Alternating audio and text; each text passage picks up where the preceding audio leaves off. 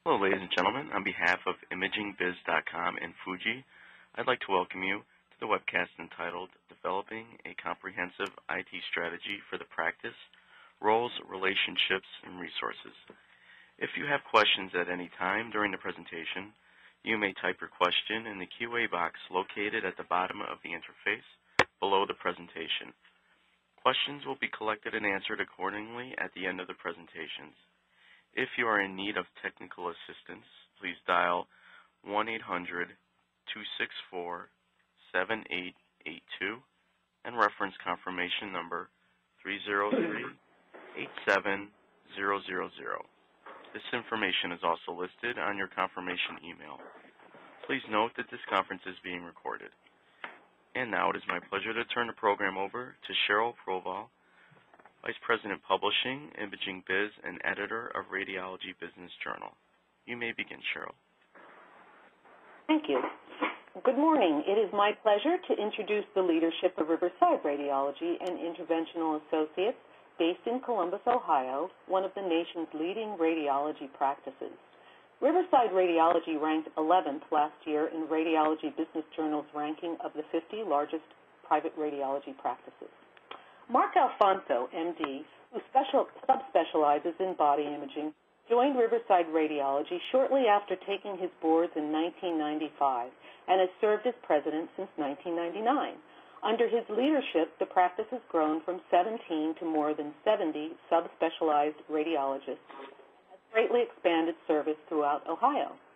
Marcia Flaherty joined Riverside Radiology in 1999 as COO and has served as practice CEO since 2000.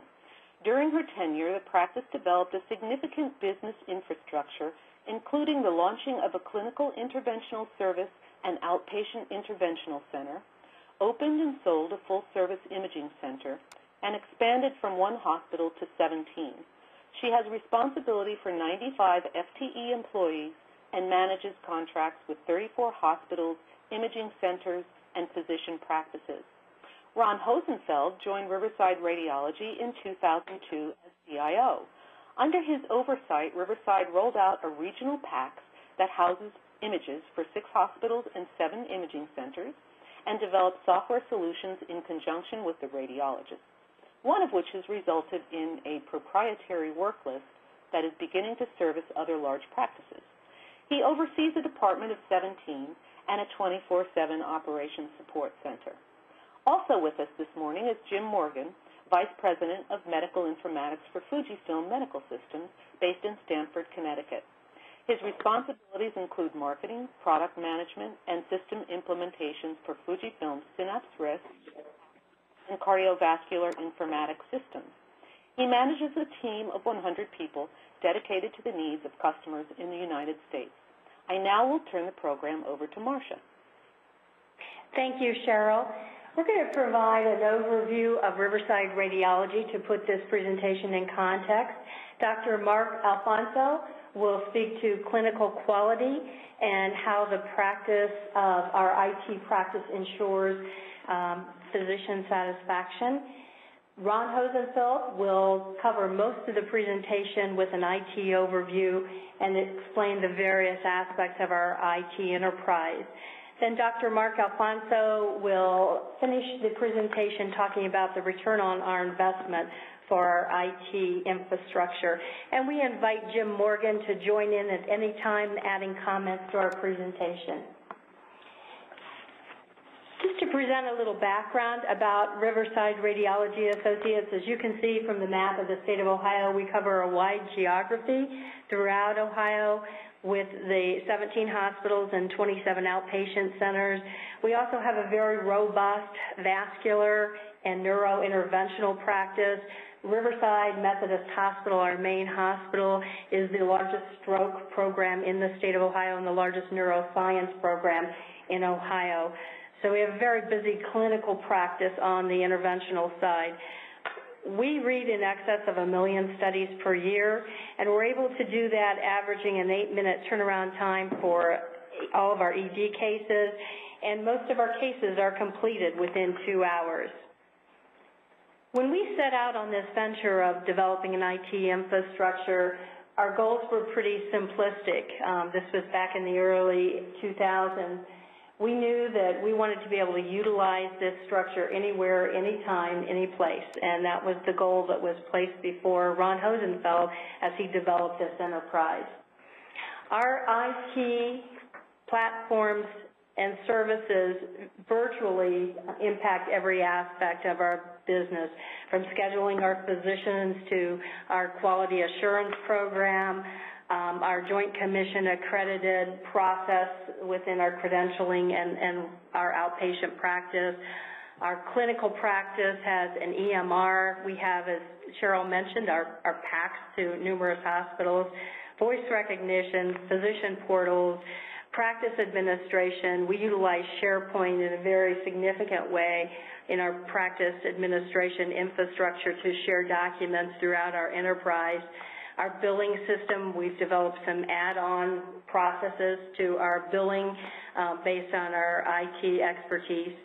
One of the most important things from my viewpoint is the ability to utilize the information that we're able to glean from our system to really make good decisions and to be able to follow the metrics to improve our quality of care to our patients. We have a number of different aspects where we look at trends across our practice and look at means of increasing our process improvement. The value of IT in our practice, first and foremost, it has enhanced patient care. It's enhanced the level of service to our hospitals, to referring physicians, to all that we interface with, including our own radiologists and our own employees. We've been able to stabilize and decrease our turnaround time. We've been able to develop a very robust quality program where we're reviewing 3% of cases across our practice. We're also able to provide aspects to our hospitals such as critical results reporting, 24/7 support to those hospitals and the radiologists. And there are a number of IT processes that we get brought into in our hospitals that actually don't really relate to our own IT infrastructure, but I think the important thing is that they value the input that we can provide. So all in all, we've increased our productivity, we're able to make better decisions, and we're able to operate much more effectively. This is Dr. Alfonso.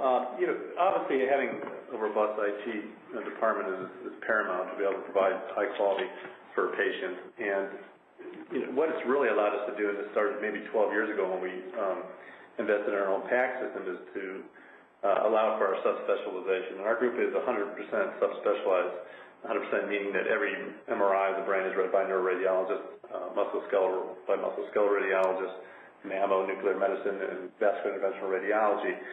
We do this 24/7, and what it's allowed us to do is basically provide the best level of care, throughout our organization. We have, it's allowed us to actually have very good turnaround times, which is obviously very important to the hospitals and the referring physicians. We use the voice recognition technology, and couple that with our IT platform, we've been able to decrease our overall turnaround time, excluding mammographies, for all studies, including outpatient, to less than 2 hours. Our ER turnaround time averages around 19 minutes or so for a report. So we're very proud of these times that we've been able to provide. The other nice thing about the IT is that we've developed our own work list product, which basically takes all of our studies across our entire enterprise and puts them into one usable work list. It can be filtered many different ways, and I'm going to let our IT person, Ron, talk a little bit more about the specifics of that. But what it does is it allows us to basically place all the stat in the urgent cases and emergency cases at the top of the reading list so that they're given the same priority, whether they're at a 50-bed hospital or a 1,000-bed hospital. It allows us to be able to pace ourselves, if you will, throughout the day, where you have multiple people using the same work list, so that if one particular site becomes inundated with cases, you have people from other sites who are able to help with the interpretation. And that allows to a tremendous job satisfaction and kind of a daily satisfaction on part of the radiologist. We do have a peer review that we do the peer review actual product, and it's integrated with our PAC system. It's all electronic. It's done. We do it weekly. We have a electronic reminder for our physicians to do their fair share of the QA, and we are actually QAing a total of 3% of our entire enterprise, which is like over 30,000 studies a year. And all of this really comes down to what are we able to do, and this provides the best care for our patients and service for our hospitals and referring physicians. We're very proud of the fact that we've been in the 99th percentile on the Press Ganey survey and national high ranking. It also allows our referring physicians at any time to specifically request a physician if they need to consult with that physician or have that physician interpret their study on their patient. And hi, this is Ron Hosenfeld. I'll be doing the majority of the rest of the presentation. And the next 3 slides, I think, are really where you can think about how did we develop or how do we share an IT strategy amongst the group.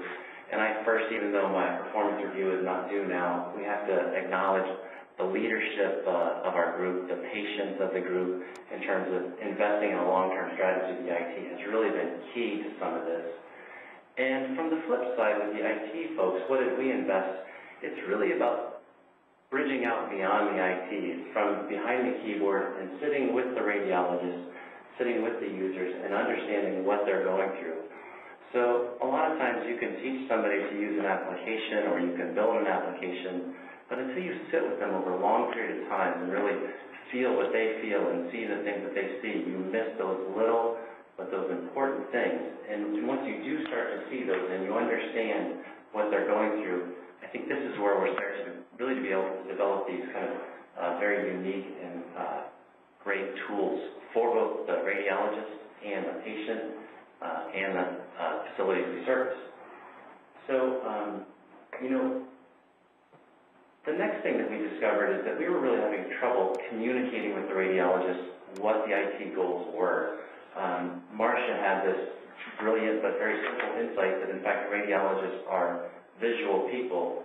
And once we recognized that, we started putting together project plans. I have one from a year or 2 up on the slide that shows just at a very, very basic level what our goals were for that particular year. And we were able to review this very quickly, very efficiently with the radiologist. And I can't tell you the difference that just this simple step made in terms of everybody being on the same page with where we're going. There used to be questions, and you'd have 5 people that would understand a particular segment of the practice, but not the rest, and various little subgroups. This really brought everyone into a shared vision. So combining those 2 things with this third part about how do we develop the strategy is when we look at this slide, the blues might be a little hard to see, but on the left hand of the slide is where things have been historically. You have a facility that drives certain vendor selections and certain software packages, and then you end up fitting workflow into these at the end, or each one of these packages has workflow within them, and they don't necessarily tie together well. We really stepped back and took a good hard look at this and said, how would we do it if we had to do it all over again? And that's what the circle on the right represents, that workflow is really first, and then we fit the things into it that we need to make the workflow that we're looking for. So from those kind of 3 key areas, I'm going to go into a little bit of the overview as to where we've been. We've developed, like was mentioned, a unified work list, some referring physician communication, and obviously the internal workflow and communication stuff. Business intelligence, I think this is a neat one because it allows us to make data-driven decisions rather than emotional ones. It allows us also to tie together with our customers and service them and their data needs, as well as help them make decisions that benefit both of us. And then really going into process design and redesign. This is something that I think we're not done with. Medicine evolves, business evolves, and so our processes must as well. So going into the particular solutions, there we go. The unified, we looked around, and as we grew, we were interfacing with multiple PAC systems, multiple risk systems, multiple speech recognition systems, And the radiologists were accustomed to Fuji Synapse packs and liked that as a viewer. And we made a decision to standardize on that viewer.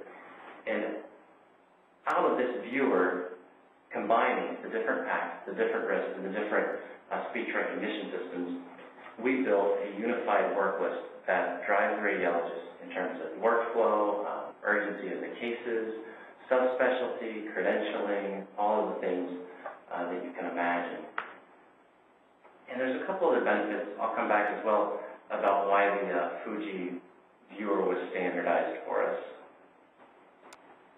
The workflow development, this is an interesting thing. When we go to a facility and start to integrate with their system, we also lay down our strategy that we really want to adapt to their processes. We don't want to become the thorn in their side. We don't want to go in and demand that they do things certain ways. We want to go in and be as transparent as possible when appropriate, or we can also help them develop new service methods within their organization.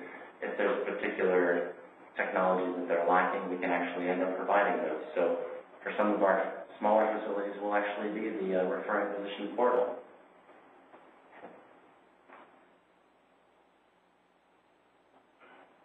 So going back to the work list, this didn't happen overnight, obviously, and there were several phases that we went through.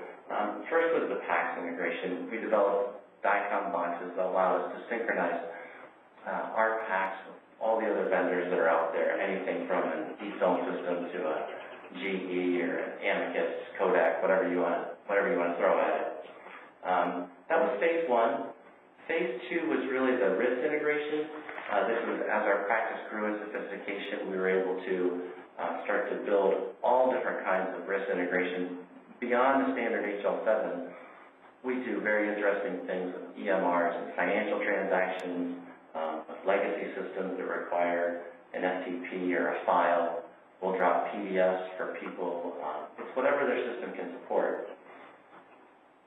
One of the first turning points for our practice where we really started to realize the benefits, and this is where I mentioned that patience being important from the leadership, was when we got through phase one and phase two together, the Fuji Common View, this is a feature through the Fuji Synapse packs that allows us to search other Fuji databases or patients that appear to be that same patient. This is incredibly important in terms of our patients move around throughout Ohio much more than we ever expected. It was something that honestly surprised all of us quite a bit.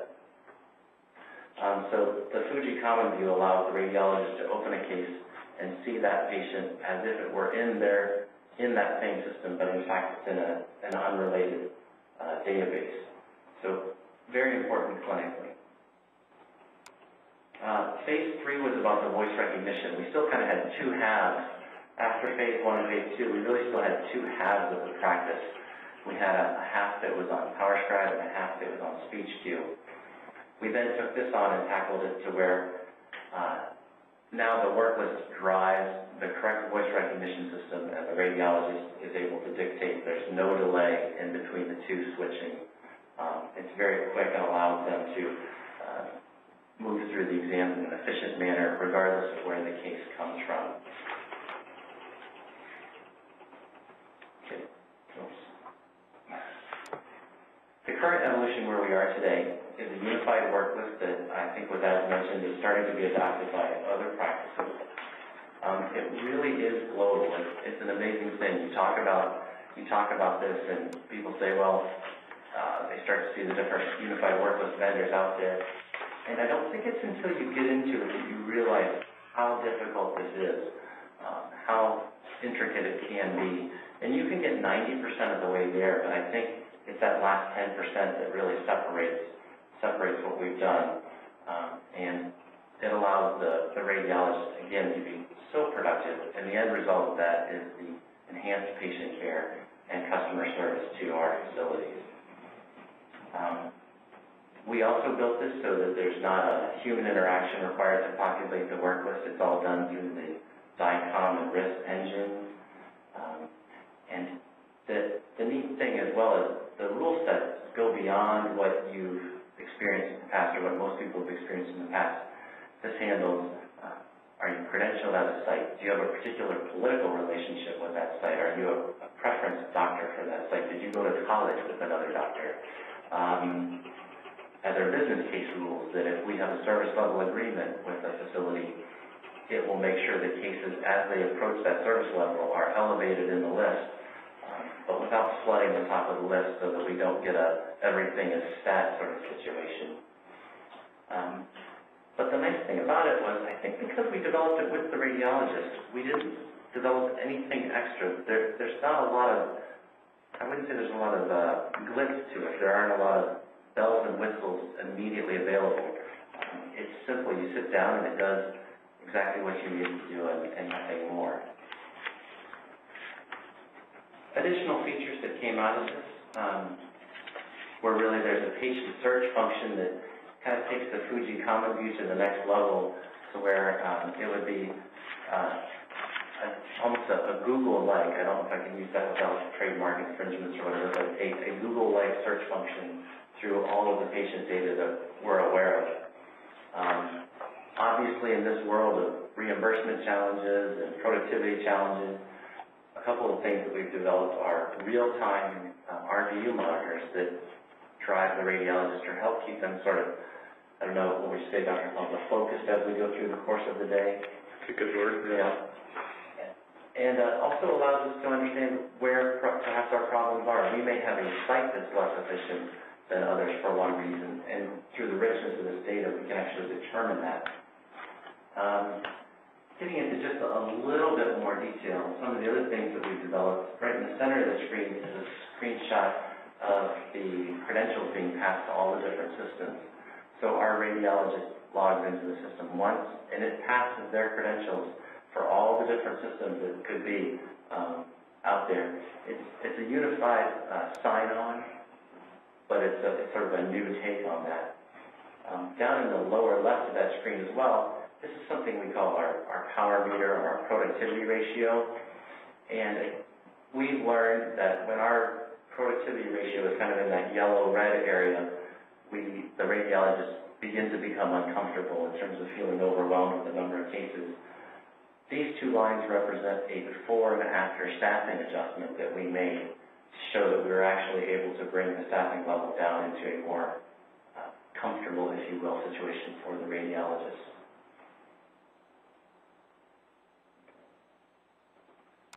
Communication, obviously it's great to make the radiologist productive, but we've got to be able to communicate those results out to the rest of the world.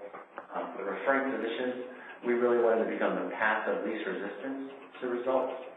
So to do that, we've done it really in a couple of different ways, whether it's giving a portal to an office or making it available through their tablets, making it available really anywhere on the internet, integrating with other hospital or EMR systems is another technique.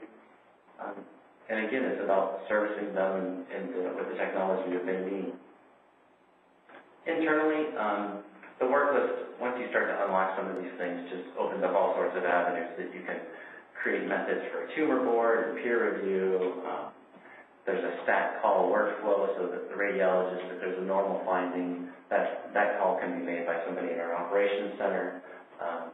You can store, obviously, in a group that reads 1 million studies a year, there are going to be some cases that are worth sharing with other radiologists. And there's an interesting cases function that we call it that allows them to do just that. The impact on the business. So if we go back to the financial or the business side, at the heart of our work list is a database called Lucid.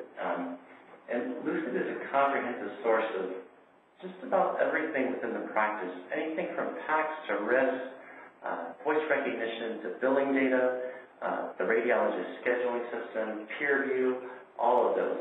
So through a business intelligence, then a data warehouse or a data cube is built out of all that information.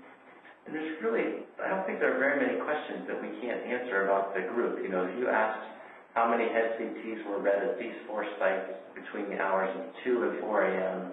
on Tuesdays and Thursdays in the month of May by this group of doctors, you could easily answer that question. That's not a big thing to do. And then you can also provide these results out to your facilities, and you can show them where they might have scheduling blocks in place that they forgot about. You can provide critical results reporting to your sites. All of these things become very, very popular once you start sharing them. Technology on the billing side of our environment, we looked at everything that was a repeatable process within our, and we continue to use everything that's a repeatable process within our billing software, our billing company, and we built essentially, for lack of a better name, robots that sit there and scour the data, do any pre-manipulation, post-manipulation, and actually some of these methods attracted the attention of the billing clearinghouses, very curious as to what we were doing. So this has been a huge gain in efficiency. Again, in this environment of increased pressures financially, it's been very helpful. And again, just backing up the referring physician portal as well as a nice avenue for sharing information. And then radiologist staffing integration. This is particularly important with our vascular group because their schedule can change quite a bit and is fairly complex. And so right on their BlackBerry or their Droid or their iPhone, they get exactly where they're supposed to be and who they're seeing and get real-time updates on that sort of thing.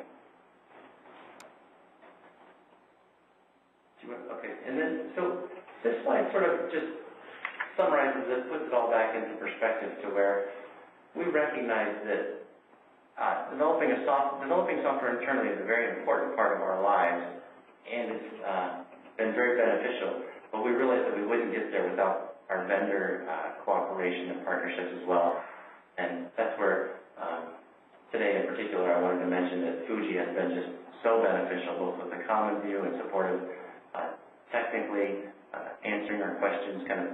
It's been a software that's really enabled us to move forward and grow. So when we take our platforms and the vendor relationships and the things that we develop, it really starts to yield quite a bit of success for the group. Just another slide summarizing some of the Fuji partnership as well. It's nice when you have a lot of history with a partner and it's not all bad history. So it's been a great partnership with them, and the common view, again, we keep coming back to this, and I don't want to beat this too much, but when you listen to the radiologists and you hear the benefit that this provides to patients, this really is a key thing, especially for a group that is geographically dispersed and has as many sites as we do. One last part in my section, I think, here is the business intelligence. Again, this also helps drive the practice in terms of financial decisions, staffing decisions,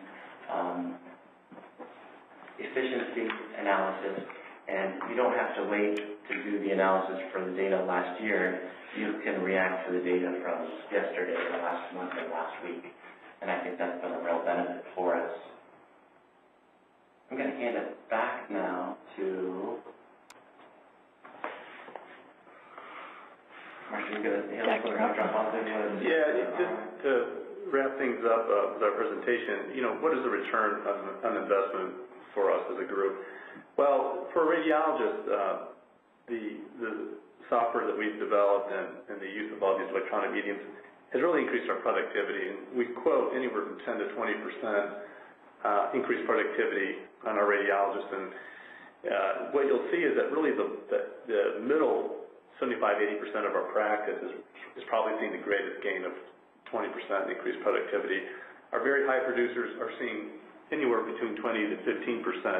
And then on the very other end of the spectrum, some of our less productive radiologists will see a bump up, not quite as much, but that may be for different reasons. But it has made a tremendous difference in our staffing model and our implications for future business growth as we look at decreasing continued reimbursement on the professional side. Increasing our efficiency is paramount. It does allow for load balancing after hours and weekends. By having the ability to read from any place, any time, we've really made it much easier for our physicians to provide the same level of service and turnaround time for our customers by utilizing a software we work with. Obviously, a lot of operational efficiencies that we gain. All of the results can be relayed electronically to our operations center, which can then call non-life threat stat results or negative results. They can also page physicians on our behalf, and we have a directory with all our physicians and their beeper numbers and cell phone numbers at our disposal. And that really does cut down a lot of time that our physicians spend actually looking up numbers and calling physicians with results. Probably the most important part of this is the physician staffing based on volume. And on the bottom there's a graph that may be difficult to see, but basically what we've done is over the last 5 years is we have staffed not based upon a gut feeling that we're understaffed at particular times in the day, but really on volume and on data. And we've found that most practices will see that in the early evenings, up till about midnight, it seems to be a very busy time for our practice based upon the number of people available. So we've shifted a lot of our work into later evening and early evening time frames because of the work. And so we follow the RVUs based hourly, and then we adjust our staffing accordingly so that we're keeping basically a mirrored image of our staffing and RVU curves. And that's what the graph at the bottom is showing. Couple that with also the ability to be able to have a lot of information at our disposal through the use of the Lizard product. We're able to see not only data mined for turnaround time, RVUs, but we can look for schedule discrepancies at the hospitals or outpatient clinics. We've been able to track referral patterns on our referring physician to see if somebody has stopped referring to one of our centers, and then it allows us to basically find out why that is happening. So overall, I mean, it's been a tremendous value to our practice, and quite frankly, I couldn't even comprehend at this time going back to reading at a site-specific type of environment. I think having the ability to read across our entire enterprise really is providing tremendous value, I think, to our partners in healthcare. Okay, thank you. We have a number of questions that we'll attempt to answer here. The first one I was going to send to Jim Morgan. It states, let me find this one here. Okay, it states, PACS is not a one-size-fits-all proposition. How does the vendor manage expectations? Jim, would you like to weigh in on that one? Yes, thanks for the question. Well, certainly as vendors, we're trying to reach a mass group of diverse customers, rad groups or imaging centers, hospital, academics, and there's always a challenge to balance it. As the saying goes, all PACS are a snowflake, but what I would add to that, all snowflakes are made out of water at the end of the day. So while we're seeking common needs across the customer base in the market, we're also staffed and willing to make those custom changes for an individual customer. So I think as any vendor to be successful, we have to be in the position and able to make changes that are unique for a given customer. We can't necessarily say we only do the top 10 requests out of a very diverse group, but in fact, we need to have both the staff and the communication with individual clients to meet their needs. And certainly, as Riverside Radiology has demonstrated, they've made a number of unique enhancements to our product and the capabilities, and that was allowed to be achieved with joint cooperation. Thank you, Jim. There's another question that's very similar. Maybe you and Ron will have another perspective on this. In the best of all possible worlds, how does a practice and a vendor develop a win-win approach to the support and development of the product? Well, Jim, I would say on the vendor side, the continuous communication and from the vendor understanding the practice's objectives, and secondarily to that, customers, again, as Riverside Rad has demonstrated, want to own their systems. Those that invest the time to fully understand and use their systems backed by the cooperative partnership with the vendor, we've seen to be the most successful. So I think it's investing on both sides in the relationship, and by that I mean not just based on a business opportunity, but an ongoing drive for, in your case, the practice to be successful, taking into account patient care, and then being able to have the resources available on both sides to deliver on each of those objectives. I think that's perfect, Jim. I mean, it's really about developing that shared understanding of what each group is going through and trying to accomplish, that we're not the only customer that you have, but you also understanding our uniqueness as a customer. Okay, another question is your unified work list commercially available? It is commercially available. We're in the early adopter stage right now.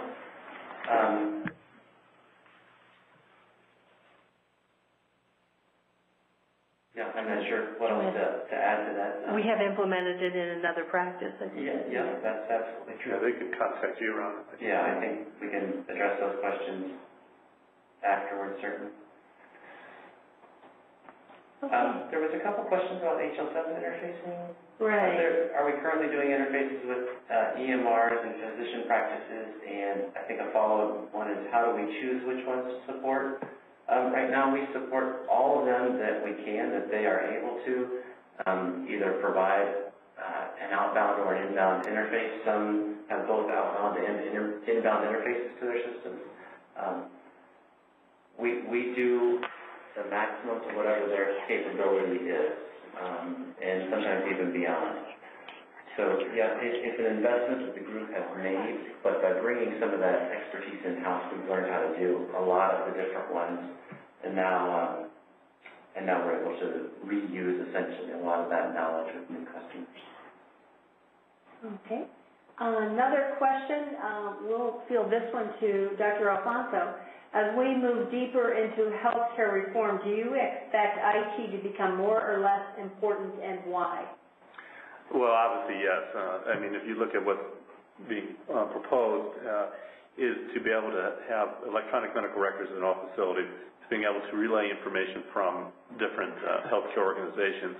I think we have one step ahead right now with this Common View product that we have, because it is a tremendous value to be able to compare prior studies from other institutions that a lot of physicians who order the test may not necessarily know about. It also allows us for radiation tracking. We have a pilot program we started at our flagship hospital regarding patients that have had a certain amount of CT scans done in a period of time, just to warn the emergency room physician that they have had numerous CT studies, and couple that with actually being able to track the radiation dose. And then, of course, we're all looking at ways for to maintain our efficiency in the climate of decreasing reimbursement. So, yes, absolutely. I would argue that if you don't have a sophisticated IT platform, that you really are going to be at the mercy of the system rather than being able to be proactive. Okay. Our next question, are there any areas where you need to make improvement? We'll turn that over to Ron. I think clearly there always are. Some of the areas that we're focusing on now are making it, although we've made it relatively transparent for the sites, we want to make that even easier for them to send us information, perhaps not even on an ad hoc basis for some customers, and or make the results in the business intelligence data even more accessible to the referring physician and community, so that we can learn from that. And I think there's just a wealth of knowledge within this data mine that we've developed that we're only beginning to understand. I think there's research available in there. I think there's things that will change how we do business truthfully, either in terms of how and where we staff radiologists and when. So I think we're a long way towards that, but there are always things that we can do to improve, and clearly the process redesign is one of the things that keeps us on track with that. Okay. Next question is, as a practice, how would you rate the ability of IT to provide business intelligence? Well, I think I'll attempt to answer that one. I think one of the challenges that we're meeting with in radiology practices is the reimbursement scheme and the continual reduction and recoding of certain procedures. And as we look at making decisions, it's extremely important for us to make decisions that are cost-effective and the right decisions. And without the information that's provided from the vast array of information we have available, we simply could not be able to adapt to some of the changes that we're feeling on a reimbursement scheme. I don't know if you want to add anything to that? Okay. All right. The next question, can Common View retrieve priors from non-Fuji packs? Jim, I'm not sure if I know the answer to that one accurately. I don't think that's a function of Common View, but... Well, yes, the Common View feature is designed. It can work both Synapse to Synapse or Fuji packs to Fuji packs. It also can connect over DICOM to non-Fuji packs. So it does have the ability to link those. The only consideration is the speed of the legacy system or the other system that it may be connecting. If the speed of response of that system is acceptable, then it certainly can connect to non-Fuji systems. And then another question we have is, do hospitals have to adopt the Fuji packs? And the answer is no. We have hospitals that clearly have invested a lot in their pack systems and have no wish to move away from that. And that's where I spoke of trying to be as transparent as possible in our integration with this system. So the ICUs and whatnot continue to receive their information the same way that they always have. Okay. Next question, Ron, too. How have your radiologists adjusted to switching between different dictation voice recognition technologies? I think we're going to let the radiologist answer that. I think. Okay. You know, we were able to develop the ability to use two different voice recognition technologies. We use the speech cue and then we use the power scribe. And basically, our IT has developed a solution so that we can dictate seamlessly in using both dictation systems. And now, it can't run those necessarily on the same PC, but we have a side PC which is connected to our main workstation. And for all intents and purposes, it runs as if you have one dictation system. The only thing that you have to remember at this point in time, and we're addressing solutions to that, is to pick up the right microphone. But aside from that, all the functions work seamlessly as if they were one dictation system. Okay, the next question is, what specific business intelligence metrics have been beneficial to your group? And maybe we can each weigh in on where we see that. Well, there's so many. Obviously, the productivity from every standpoint, whether it's from the customer's facility or from the radiologists themselves, is extremely beneficial. There are obviously areas in our billing company as well to where we understood where the highest rate of payment comes from and the quickest, or how do we eliminate the rejects and the rework, if you look at the business intelligence from that standpoint. So I would say from those two standpoints, understanding the productivity on the front end and the elimination of rework on the back end. So specifically, that's not a very specific answer, but you get into more detail about where did those rejects come from, and that starts to change your behavior. It's been very beneficial to us. I think, as I alluded to earlier, is the staffing model, being able to identify what types of adjustment you need to make in order to provide adequate staffing. It allows us to evaluate future business opportunities and determine whether they make sense for our practice or not. I think, too, the turnaround time is really key. We're able to demonstrate our performance to hospitals, to emergency rooms. Getting that information quickly is important to the referring physicians. So the ability to, on an ongoing basis, be able to demonstrate that is critically important. Okay, here's another question. Can you offer some specific applications for the billing efficiency relevant? Do they support radiologist workflow as well as billing and coding? One impact on denials.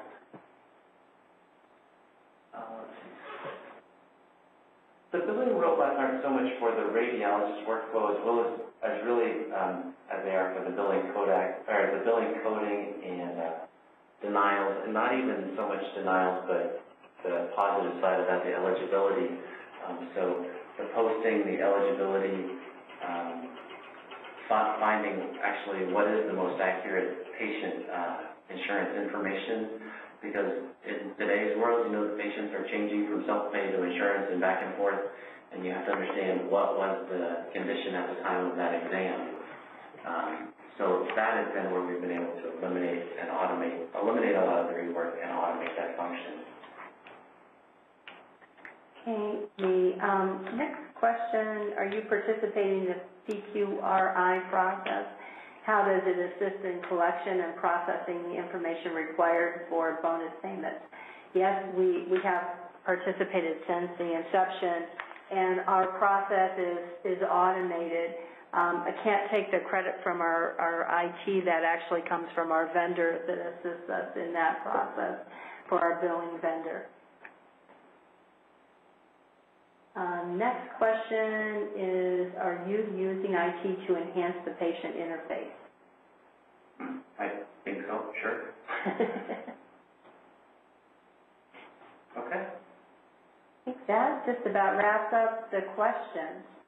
Cheryl, can I turn it back to you? And or Jim, did you have anything else to add to that?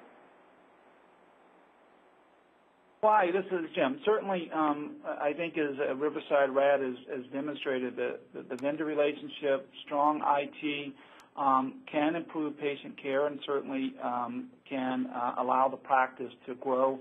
If you look at where Riverside Radiology started and where they are today, I think they've become a dominant player within and care provider in the Ohio area, and it seems that shortly they'll be expanding the bounds beyond that. And certainly at Fujifilm, we've been very fortunate to have them as a partner over the years. I'd like to thank our presenters today. We're all very fortunate and to hear what your strategy is and how you've implemented it. And I really appreciate the time that you took. And thank you all for signing on, and Fuji for your sponsorship. John?